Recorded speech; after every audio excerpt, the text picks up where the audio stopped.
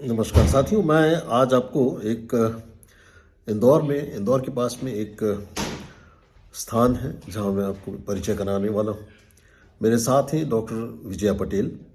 आप जिस प्रोजेक्ट पे काम कर रही हैं उसका परिचय वो स्वयं देंगी।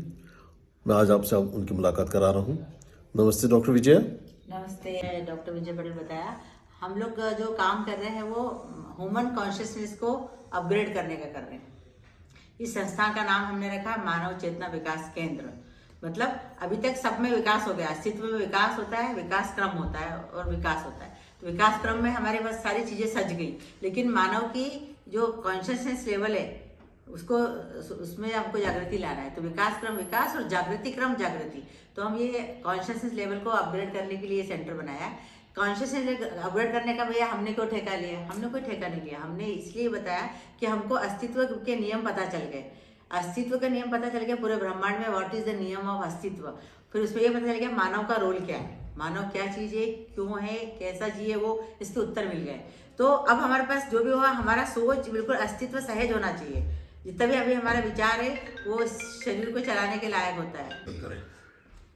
तो हमको बस मानव के विचार में हमको थोड़ा सा अपग्रेडेशन की आवश्यकता आन पड़ी है, क्योंकि जितना भी हमने अभी तक किया कर करके समझ रहे हैं सब अधूरा पड़ा।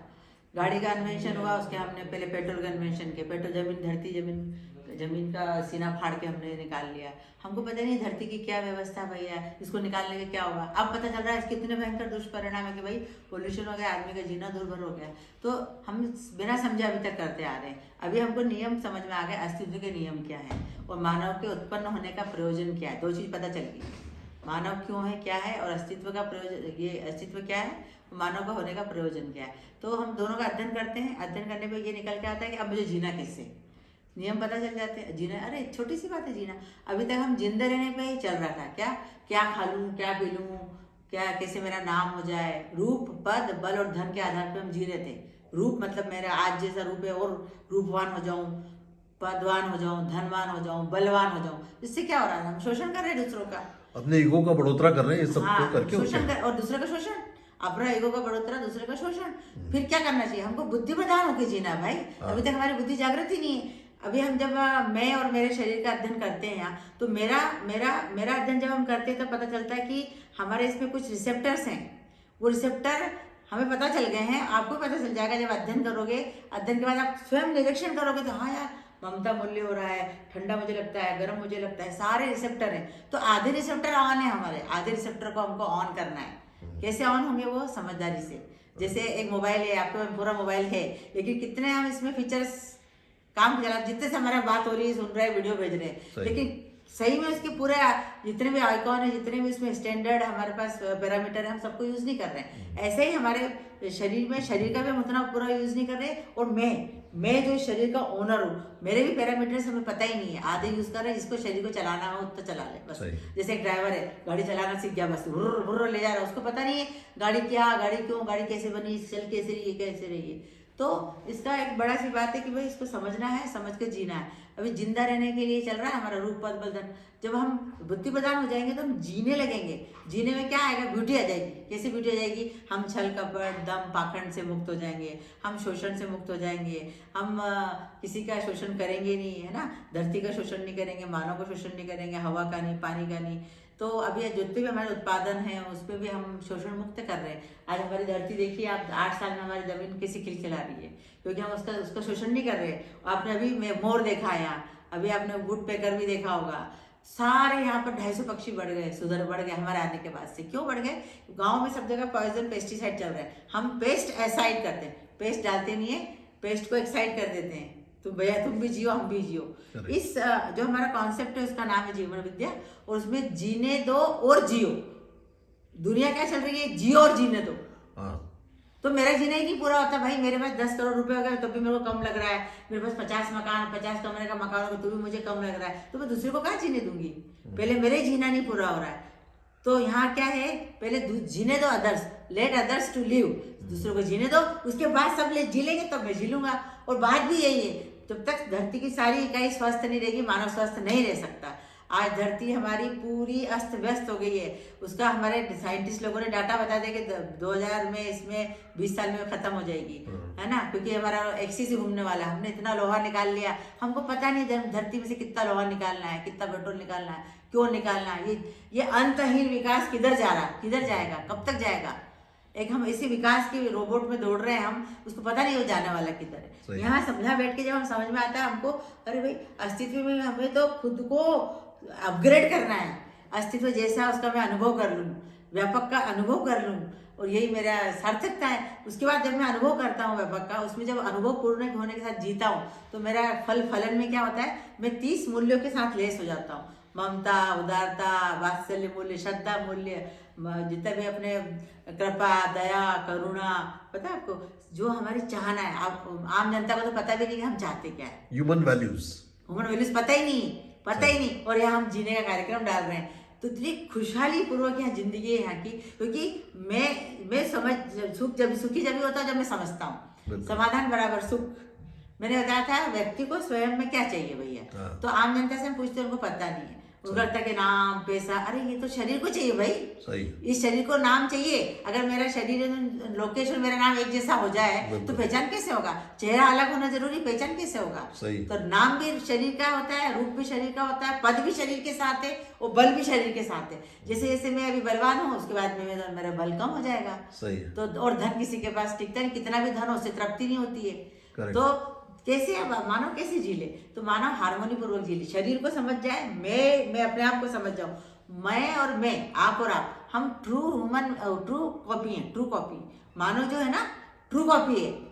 पर हमने अध्ययन ही नहीं किया, इसलिए बोलते हैं सारे मानव अलग अलग है, सबकी सोच अलग अलग है। अरे भाई सबकी सोच अलग नहीं है, सबकी सोच एक हो सकती है, बशर्ते कि आप पूरी चीज को समझो तो सही।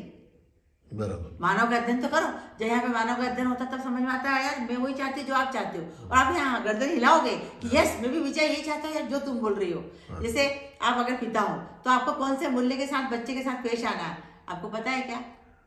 नहीं पता। क्यों? क्योंकि मालूम ही नहीं, हम शरीरगत पिता बन गए, शरीरगत पिता बन गए, शरीर की एक एक्टिविटी के तहत बन गए और मानव परंपरा के नेचुरल वे में बन गए। लेकिन मेरा what is my role as a father, what is my role as a mother, what is my role as a human being, ऐसे बहन भाई, इतने मूल्यों के साथ मुझे अपने आप को लेस करना है, तब तो मेरा बच्चा उस मूल्य के साथ जिएगा। सही है। तो मानव में स्वयं को चाहिए समाधान, परिवार में चाहिए समृद्धि, समाज में चाहिए अभय। आज पूरा समाज में भय चला, शोषण। वो दूध 40 रुपए में आपको जो दूध दे रहा है वो दूध कैसे होगा, लेकिन हम 40 में भाव करते हैं, हमको 35 में दे दे भाई।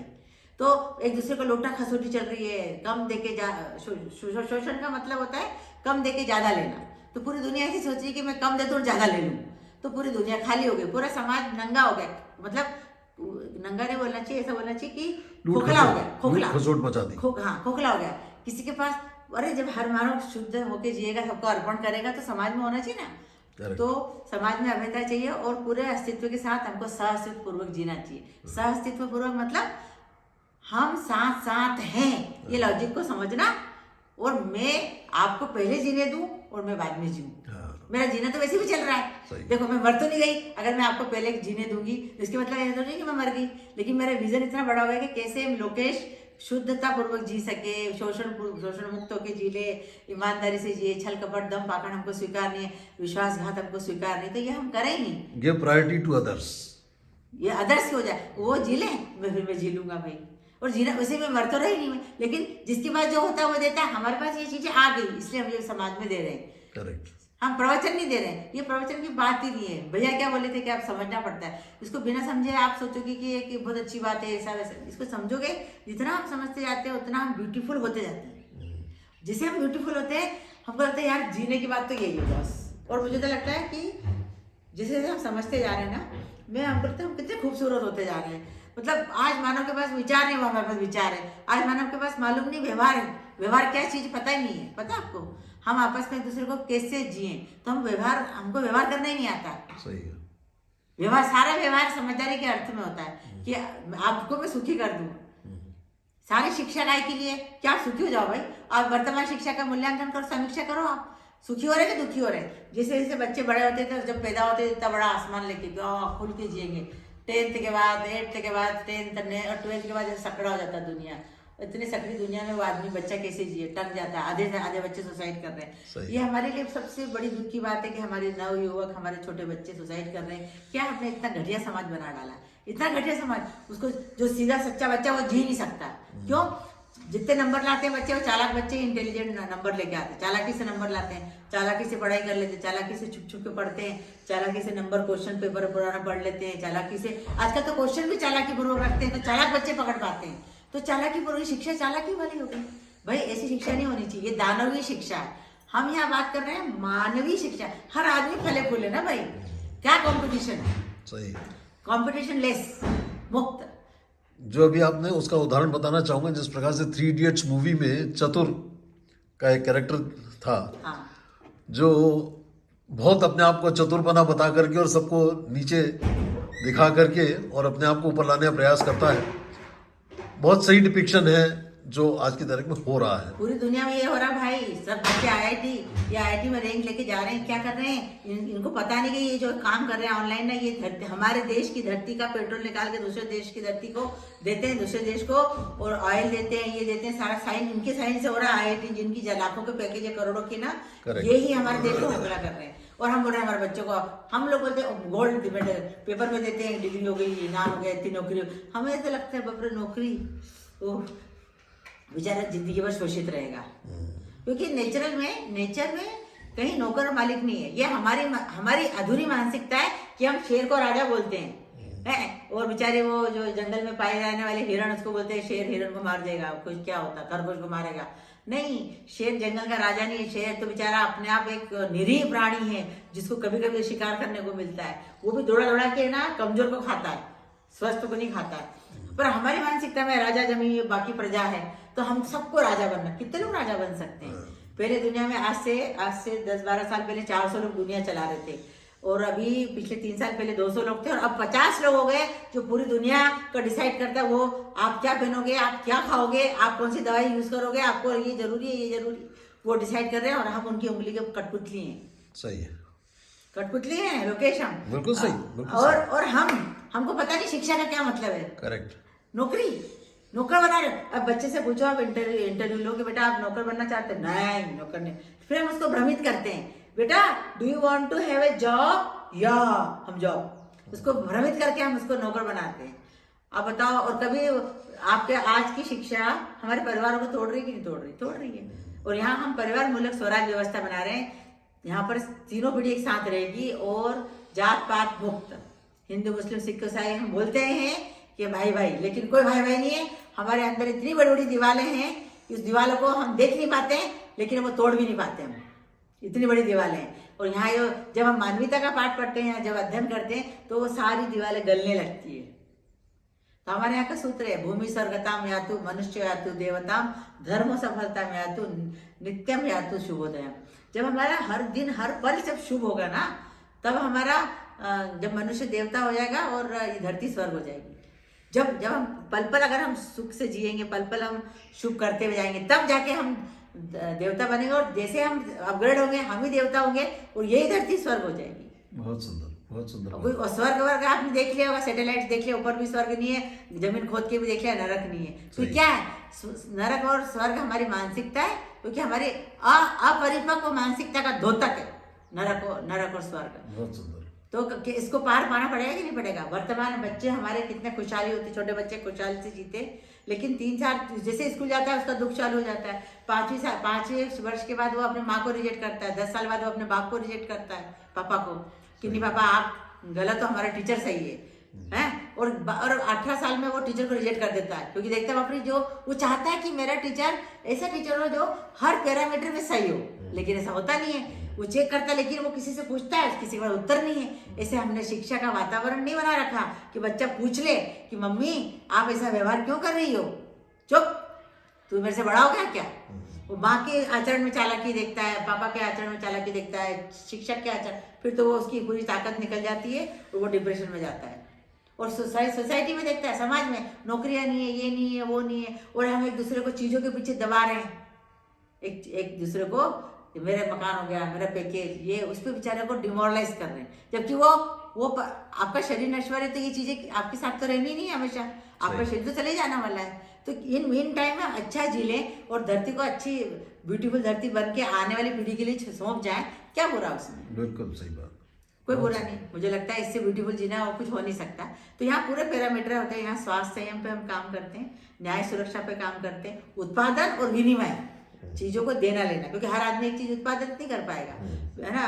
और व्यवसाय में भी हम लोग वो कर रहे हैं, सामाजिक किसी व्यवसाय में सामाजिक होना, मतलब समाज वाला आदमी आएगा देखेगा कि यार कितना, और हम समाज को अर्पित तर्पित कर रहे हैं, उसको लूट नहीं रहे, हम लूट नहीं रहे। हमने शिक्षा संस्कार पे काम कर रहे हैं, स्वास्थ्य संयम पे कर रहे हैं, पांचों पैरामीटर पे हम न्याय सुरक्षा, है ना, उत्पादन संयम और उत्पादन विनिमय और न्याय के साथ हम सुरक्षा भी करते हैं, सुरक्षा का भी पैरामीटर पूरा कर रहे हैं, क्योंकि आज तक पूरा पैकेज कहीं चल नहीं रहा है, अधूरा देख के हम चल पड़े। जैसे एक एग्जांपल है हाथी का मैंने दिया था कि 4 अंधे अगर हाथी को टटोल के देखते हैं अपने हिसाब से बता देते हैं। ऐसे आज हमारे जो साइंटिस्ट हैं, हमारे जो ऋषि मुनि, उन्होंने पूरी चीज देख ही नहीं पाए, तो अपने अपने एंगल से जितने खिड़की से दिखा उतना बता दिया, उधर से देखा उतना बता दिया, टटोल के देख के बता दिया। भाई पूरा क्या है, वास्तविक सच क्या है, इसको बताना जरूरी है। सबका विजन बहुत टिबुलर है, एक होलिस्टिक विजन की बहुत जरूरत है। यस, तो दिस इज सहस्तित्व मतलब हम सब साथ साथ हैं